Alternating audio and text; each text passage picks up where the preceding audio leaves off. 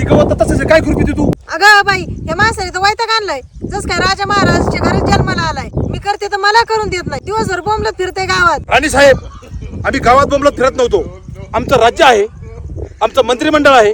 आम्हाला मंत्रिमंडळाशी चर्चा करावी लागते. अगं बाई काय झालंय माणसाला? कोणतं तुमचं ते राज्य आणि ते मंत्रिमंडळ? ते 4 बिनकामाचे मित्र आणि त्यांना मंत्रिमंडळ म्हणता काय? राणी साहेब, आम्ही आमच्या मंत्रिमंडळाचा अपमान कदापि सहन करणार नाही, भले ते बिनकामाचे का असे ना. कळतंय ना, बिनकामावाले पैसे बिनकामावालाच गेला. आई साहेब, आमच्या पिताश्रींचा अपमान आम्ही कदापि सहन करणार नाही, भले ते बिनकामाचे का असे ना. गपगटवून घे. तुला पण तुझ्या बापासारखं याड लागलं काय? राणी साहेब, राजकुमारीला आणि मला बोललेला आम्ही कदापि सहन करून घेणार नाही. आणि जर तुम्ही बोललात तर आम्ही राजमहाल त्याग करू. अगदी बरोबर बोललात पिताश्री. ते दोघांचं भूत आहे ना, आता उतरावंच लागेल.